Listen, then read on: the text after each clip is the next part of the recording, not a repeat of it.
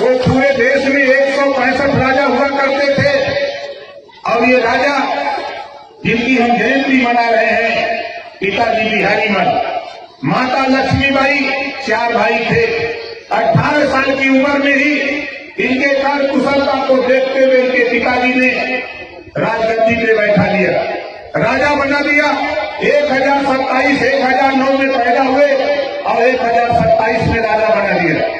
राजा बनने के बाद जब विदेशी आक्रमणकारी जब भारत पे आक्रमण किया, तमाम राजा हारने लगे, कोई ठीक नहीं पाया।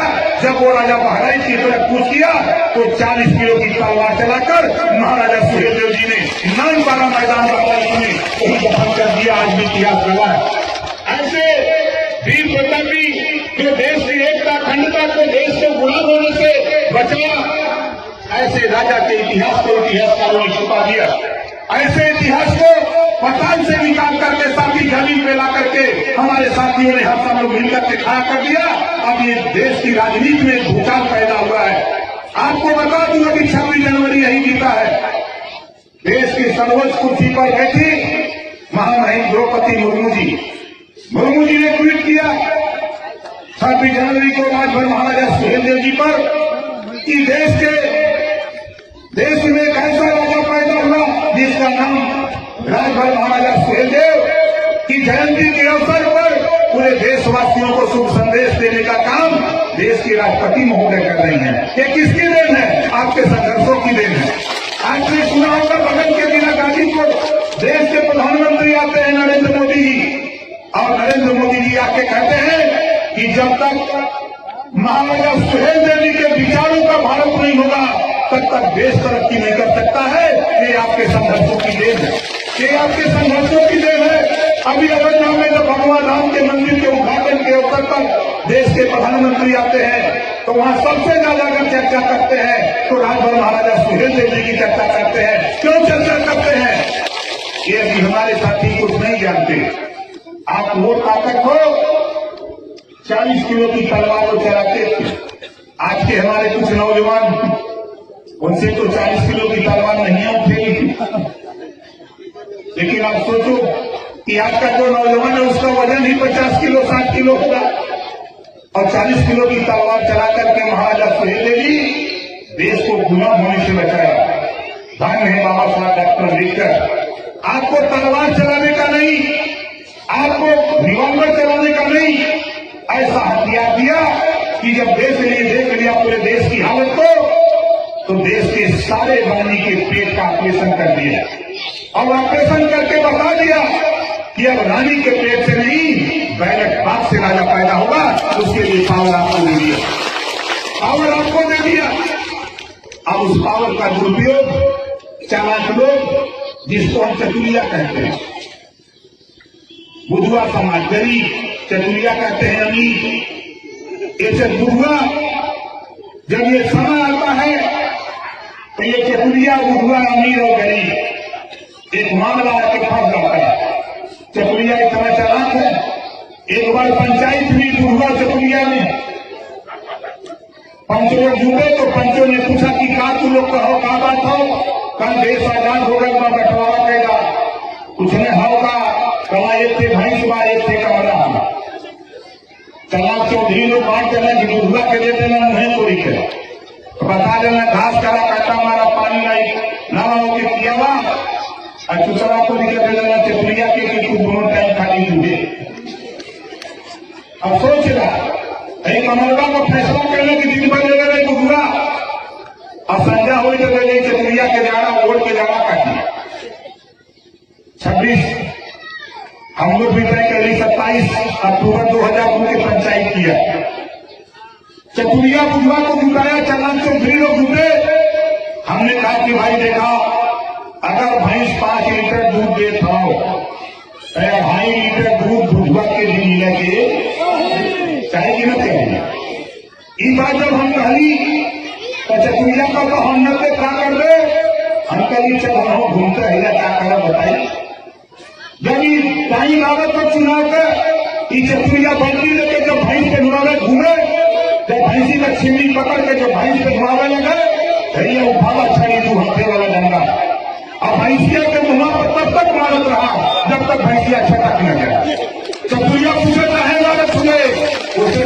मुआ को लेकर हमारा हम मालिक कहेंगे नहीं तो उसे बताओ, जब मुआ को लेकर हमारे नहीं बैठे होंगे ना, हम कहेंगे ना कमरवा दिन भर रह रहा संध्या हो कहन पाई पन्हारी में पोखरी में 4 बजे भीगा हम बढ़िया से भेजा हो तो चपूरा अजय चपुरिया का भैया कमरवा में करवा अकेले ले जाए यूं मिलाया उसी का बात है तो गंदा हो गया कचा कर ले यही वजह हम घूमत थे।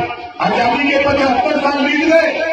आज अपनी शिक्षा के सवाल में 2 तरह की शिक्षा हम महाराजा सुहेलदेव जी के वंशज हैं। जब तक एक समान शिक्षा अमीर और गरीब की शिक्षा एक नहीं कर देंगे तब तक हम चैन से बैठने वाले नहीं।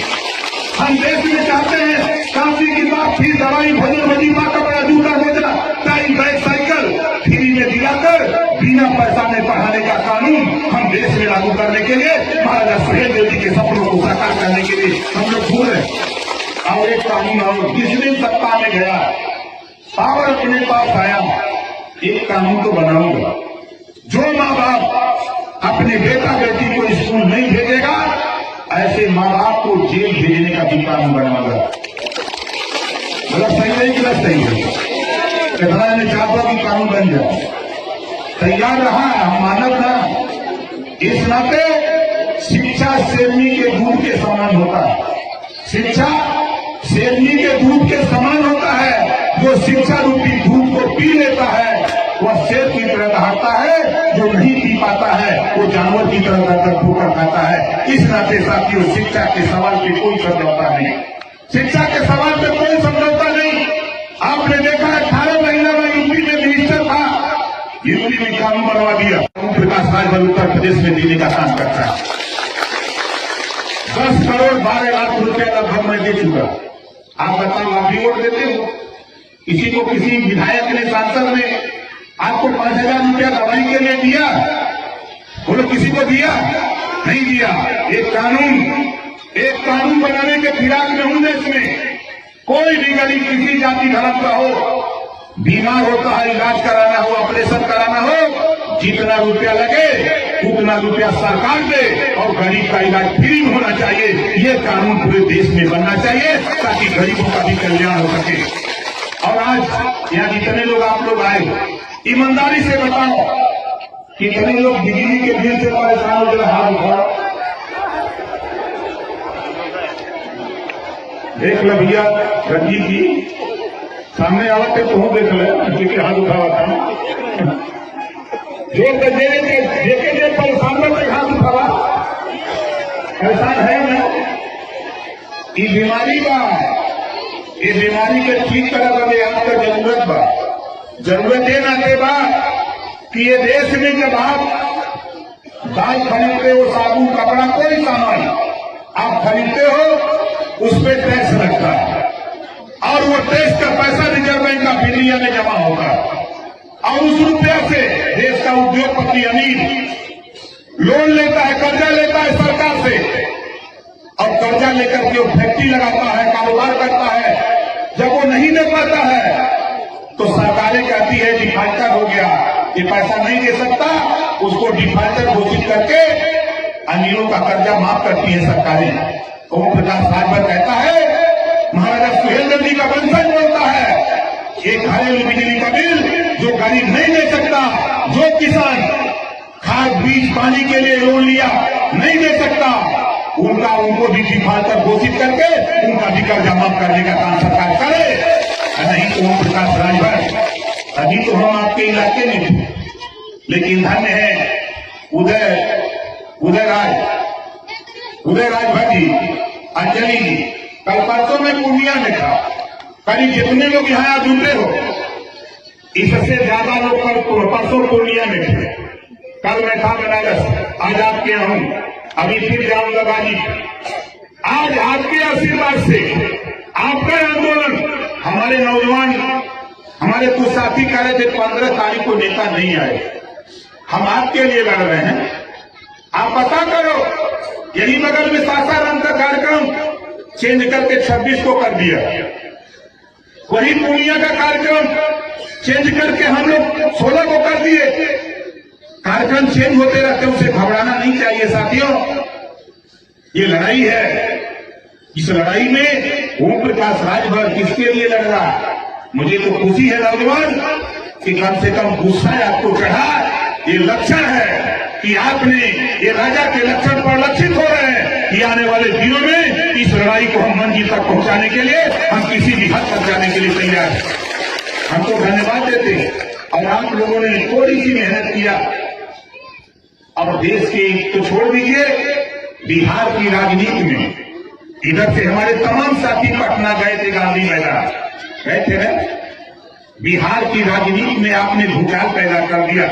आज नीतीश जी, लालू जी, मोदी जी, सोनिया जी सब लोग पूछ रहे हैं कि भाई ये कौन सी जाति है, ये कहां से लोग इकट्ठा हो गए। तब दिल्ली में ओम प्रकाश राजभर बताने गया था, बार बार जाता हूं, ये बिहार के रहने वाले लोग हैं, ये बिहार में पैदा है और बिहार की धरती पर रहते हैं। इनको आजादी के बाद आज तक इनको हिस्सा नहीं मिला है। इस नाते गुस्सा होकर के पटना की गांधी मैदान में आकर के थोड़े से भी आए।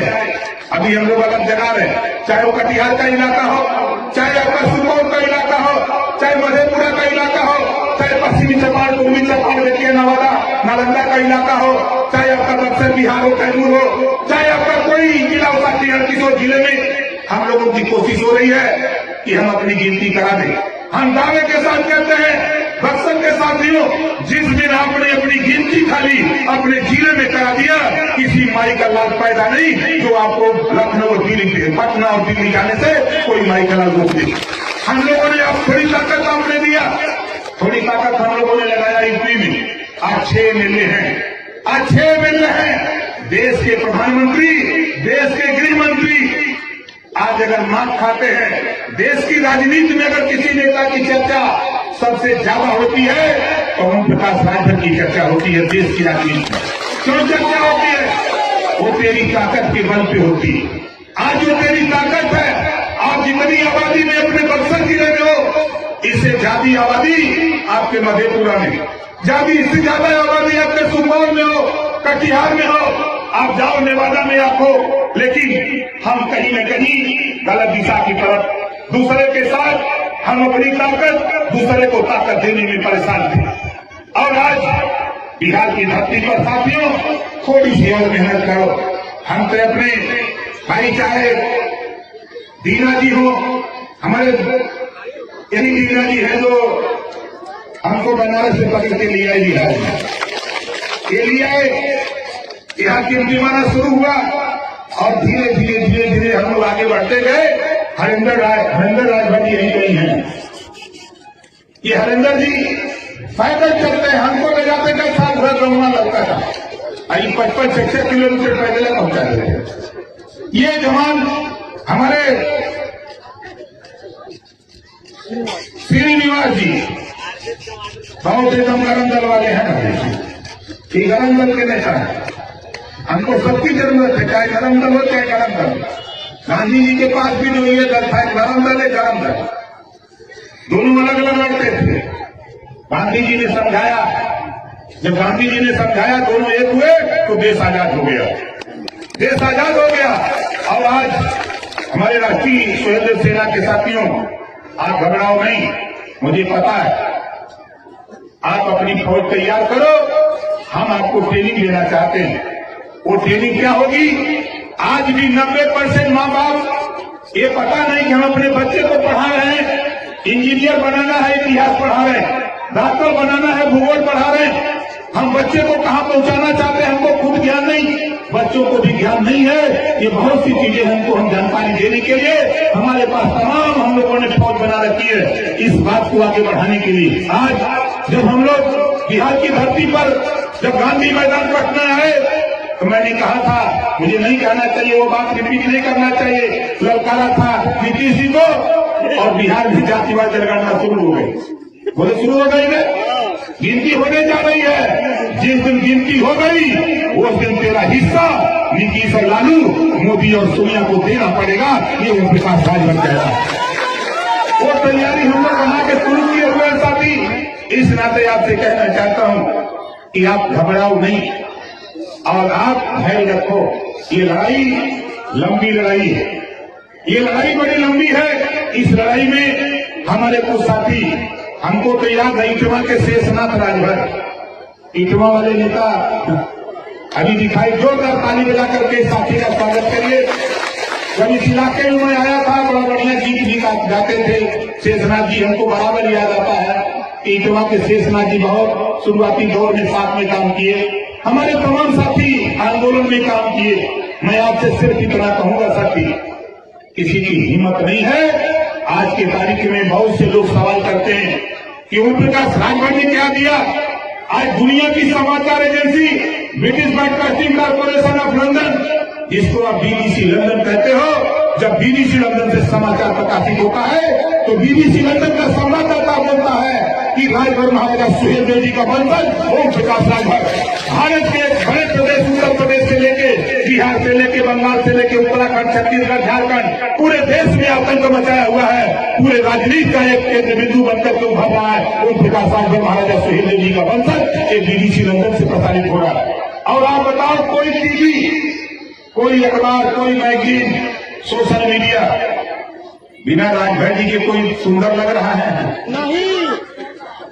आप सोशल मीडिया अगर मोबाइल अपना खोलो, अब गूगल बाबा से खाली पूछो, खाली कुछ ना पूछो, खाली पूछो कि राजभर जी देखो, ये कम से कम नहीं कुछ तो सैकड़ों राजभर का इतिहास दे देगा। कल तक तुझे नहीं जानता था गूगल बाबा, लेकिन आज आपके आंदोलन, आपके संघर्षों के बदौलत गूगल बाबा वो जो दुनिया की खबर रखता है, वो दुनिया की खबर रखने वाला तेरी भी खबर रखने लगा। ये आपकी उपलब्धि है साथी, ये आपकी संघर्षों की देन है कि आज टीवी पर जब आता है, जब डिबेट होता है, तो बिना राजभर जी के डिबेट सफल नहीं होता। कोई डिबेट टीवी पर देखो, वहां जरूर राजभर जी की चर्चा हो रही। आज हमारा आपका एक ही मकसद, हम आपसे बार बार नहीं कह रहा, हम अपने नेताओं से भी कहूंगा